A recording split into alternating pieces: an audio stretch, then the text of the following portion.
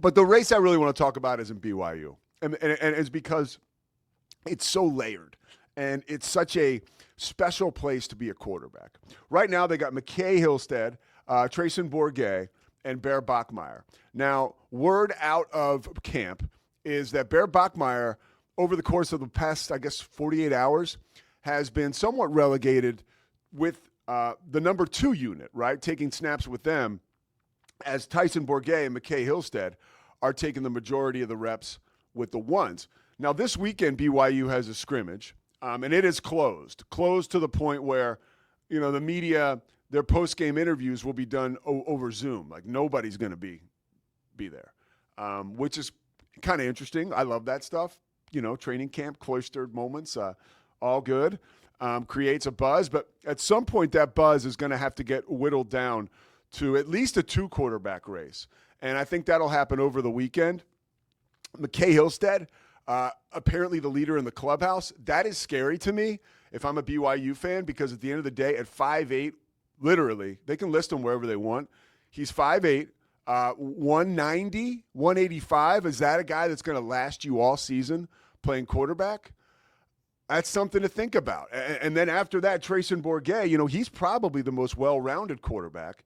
And then you got the first guy off the bus, Bear Bachmeier, who I don't think that we can – if I was a Bear Bachmeier fan, or if I was Bear Bachmeier myself, I would be taking it easy on myself in camp, because the fact of the matter is these other 2 guys are more developed quarterbacks, period, and have had a better opportunity to learn the system, right? Embrace the system. Bear Bachmeier wasn't even – nowadays most freshmen are there in the spring, but with the with the Stanford coaching situation shaking out in March, he didn't transfer in time for spring ball. So Bachmeier's just still kind of learning things. I'm hearing that McKay Hillstead is going to be the guy, but again, I'm not Kalani Sitake. I'm not Aaron Roderick. It's really hard to break down who is number 1 just by watching reps at practice, right? Because there is something way more to being a BYU quarterback. And I think you have to really bear down, right? And look at a situation like this. When you think about all of the legends, I was looking at this morning because I, as someone who grew up as a major college football fan, was always dazzled by BYU. And the reason was because of some of their great quarterbacks. Now, as a kid, I was around for Jim McMahon, the Bears, right? And Jim McMahon was such a prolific, exciting, charismatic quarterback that even as a kid, I did some digging and found out, like, whoa, this guy went to BYU?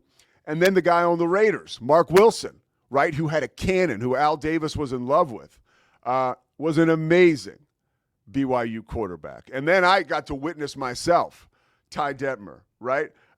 Steve Sarkisian, right? Sark was great at BYU. I talked to one of my buddies, Troll, actually, this guy who's a trainer out in Hermosa Beach, was a really good friend of my brother Kevin's. God rest Kevin's soul. Kevin is right here, the surfer, my main man. But anyways, Troll and Kevin used to work out together in Hermosa, and Troll used to train. He's a pro trainer to all, like, some of the best athletes in the world. He used to train Sark, and he loves Sark, and he talks about how much Sark loved BYU because they go all the way back. And even, Max Hall. Max Hall won 39 games as a quarterback at BYU. And when you're breaking this down, and you can't forget about guys like Robbie Bosco either. That's a national championship. So the BYU quarterback, Riley Nelson said it yesterday with our 365 guys on 365 Sports. I heard the interview. I loved how he put it. You have to understand, this is a job that if you are the quarterback for BYU, you are now the second most popular guy in the state, behind whoever the best player on the Jazz is. That's Riley Nelson, former BYU quarterback. Those are his words, not mine. And a lot of times, some of that wherewithal and progress, right, that sort of is connected to being a part of BYU. And what do I mean by that? Well, Ryder Lyons, like, he's going on a mission, right? So by the time he actually starts his BYU career, more than likely will be 2027. This is a 5-star quarterback, the best quarterback in his class, as far as I'm concerned. And I always say people who I talk to who know more than me as far as they're concerned as well. And he's going to come back or come into BYU with that moxie, right? Now, Riley Nelson even said yesterday, I want to debunk this right now, like physically it doesn't matter. Like it's not like you're matured a little bit as a man. He was like, throw that misnomer out. Having come to BYU and camp off a mission, that really doesn't matter. He said, but as a man and your development mentally and things you can get through, yeah, like that matters.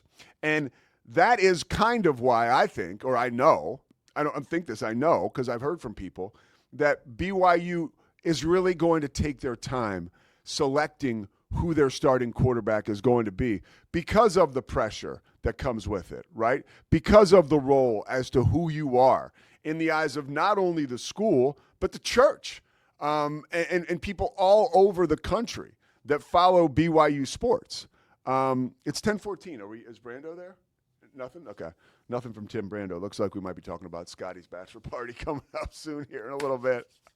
But when you look at a job like this, okay, there's just so much pressure. I heard from Riley Nelson again yesterday. Talk about his convo.